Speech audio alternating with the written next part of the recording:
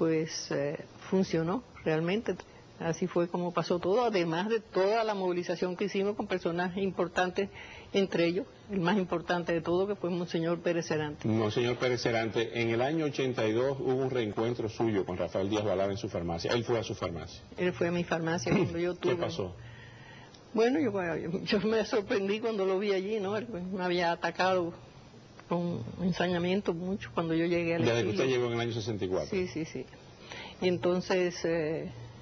cuando yo tuve el problema en la farmacia, que ya en el libro viene bien explicado, pues ya él llega allí, primero fue la señora de él, Hilda, se llama, que yo se lo agradecí mucho, fue con una amiga de ella, también a solidarizarse conmigo, vaya, yo la conocía ya a ella, una señora encantadora, y después se apareció él.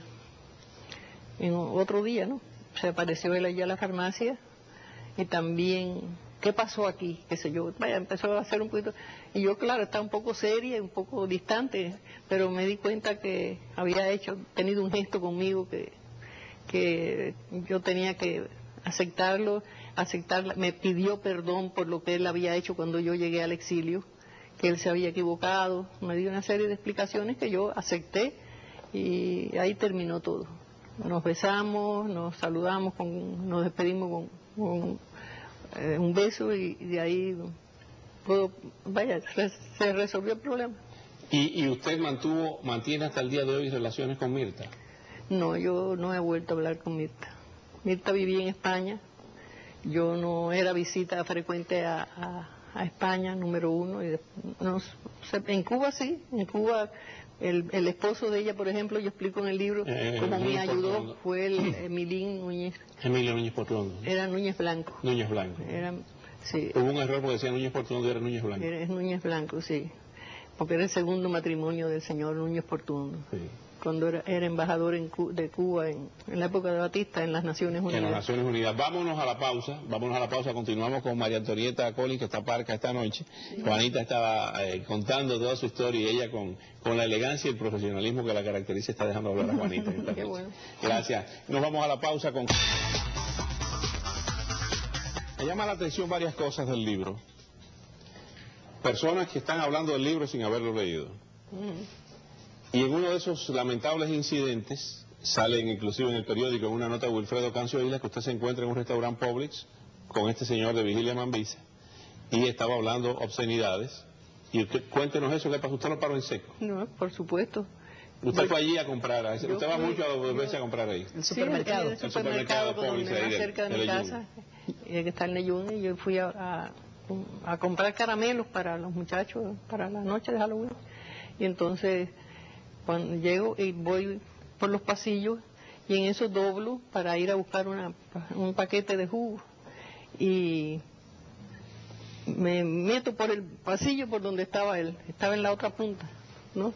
Yo entro por aquí y él estaba aquí hablando con un empleado del Publix, que es el que acomoda las viandas y las... Ella no sabía que era él, ella escuchó... Sí. Yo cuando escucho, que ya yo entrando ella al pasillo, escucho que dice, esta vieja de mierda, perdónenme la palabra. No, ¿qué voy a hacer? Claro, me lo dijo así. Sí, no importa. Y con ese libro de M también, y empezó ahí a hablar barbaridades con el empleado ese que estaba ahí. Y el empleado, sin haberme visto, me dice, oye, ten cuidado porque Juanita viene mucho a este Publix. Juanita Castro viene mucho a este Publix.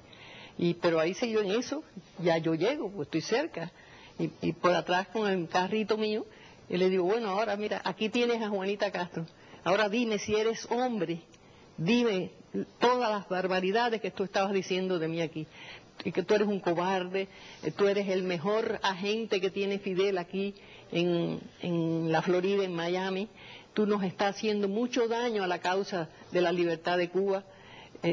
Bueno, y así le dije que era un ratón de cloaca. Eso fue una de las palabras que le dije en aquel momento. Y él le dice, váyase para tal lado. Y cogió, pero con la misma cogió y viró por la misma punta, así se perdió. Y yo salí atrás de él y le dije, tú eres un cobarde, te lo quiero repetir. Contigo vamos a tener que tomar medidas muy serias. Tú estás haciéndonos a todos los cubanos mucho daño. Yo quisiera saber quién te está pagando a ti por este servicio que le estás prestando al régimen cubano. ¿Quién te protege? ¿Quién te ayuda? ¿quién te paga? Cobarde, y se lo repetí muchas veces y ya no viró ni para atrás. O sea, salió de allí, porque yo seguí con mi carrito para allá, pagar ya y irme de allí. Eso fue lo que pasó con este individuo. Miguel Saavedra. Sí. Juanita, el tema otro de los temas que se ha difundido mucho es el tema de la crisis de los cohetes, la crisis de los misiles. Hay personas que vinieron al programa y dijeron, no hombre, no, si eso ya lo sabía todo el mundo. Cuando usted le dice a Virginia, la esposa del embajador de Brasil, que hay cohetes y rusos en Cuba. ¿Quién le dio esa información a usted? Bueno, esa la recibí yo de gente que tenía dentro del ejército, amigos míos que estaban dentro del ejército. Son los que me hablan de eso y me hablan de la bomba atómica y de qué sé yo cuántas. Vaya, yo me aterroricé también y yo fui a ver a Virginia y le dije, mira, está pasando esto, tengo esta información. Claro que La Habana, todos los que estaban allá en esa época lo saben, los rusos estaban por todas partes. Ya usted estaba con la CIA, conectada con la CIA. Sí, yo estaba ya, tenía relaciones estaba colaborando con la CIA. Entonces yo le hablo a Virginia y le cuento, Virginia, esto es terrible, lo que puede pasar aquí vamos a volar todo, si esto está pasando. Y parece cierto por la cantidad de armamentos que había en la calle, en los camiones militares, era un trasiego enorme de camiones rusos, manejados por rusos, porque todo estaba haciendo la seguridad de los campamentos esos donde tenían, eran los rusos los que estaban. Yo tuve en alguna ocasión la oportunidad de pasar cerca de las bases. No entré, por supuesto, allí no entraba nadie, pero tuve ocasión de ver todo aquel andamiaje de equipos y de cosas extrañas, y entonces hablé con ella. ¿La CIA le pidió que averiguara sobre este tema después? ¿Que le diera seguimiento a eso? La CIA realmente, yo fui la que le di seguimiento por mi cuenta y se lo comuniqué a ella, que era la única persona con la que yo tenía la confianza suficiente para decirle. ¿Y qué le dijo Virginia? Bueno, pues que había que informarlo. Y los únicos que se lo podíamos informar era al gobierno de los Estados Unidos. Teníamos terror ante la situación que estábamos enfrentando todo y los riesgos que estaba, no solamente Cuba, los propios Estados Unidos, el propio continente americano. ¿Y Virginia no le dijo lo que le contestaron los norteamericanos? Bueno, realmente nunca pero el mensaje llegó. Aquí había algo muy importante que a Juanita le preocupaba. Ella dice que en realidad le aterra saber que si Estados Unidos atacaba a Cuba, Cuba tenía con qué responder para atacar a los Estados Unidos si eso hubiera sido una hecatombe. Claro. O sea, no era nada más, exacto. Ella estaba hablando de una realidad con Virginia Leitao de Acuña, básicamente. Ese fue un servicio que yo creo que le presté a la humanidad, no solamente fue a Cuba, vaya, lo poco que se puede decir que yo sabía. Lo que relatamos la noche, lo que citamos la noche que vino Salvador Leu, sobre cuando él le lleva esas dos funciones, la gente A y la gente B, de la CIA, y usted estalla en indignación y en rabia, claro. Es así. Usted cuando ellos le dicen que ya se acabó la política de confrontación, se acabó Dona. Se acabó, bueno, sí, eso así fue. Pero no era acabarse Dona, era que Dona iba a cambiar, la que los acabó a Dona y bueno, se acabó Dona como estaba Dona en ese momento. Querían una Dona part 2. Exacto, sí, parte 2, y de acuerdo con sus intereses ya yo me di cuenta que ellos querían que donde habíamos dicho que era negro empezáramos a decir que era blanco, o sea, totalmente la política y totalmente los pronunciamientos míos tenían que cambiar.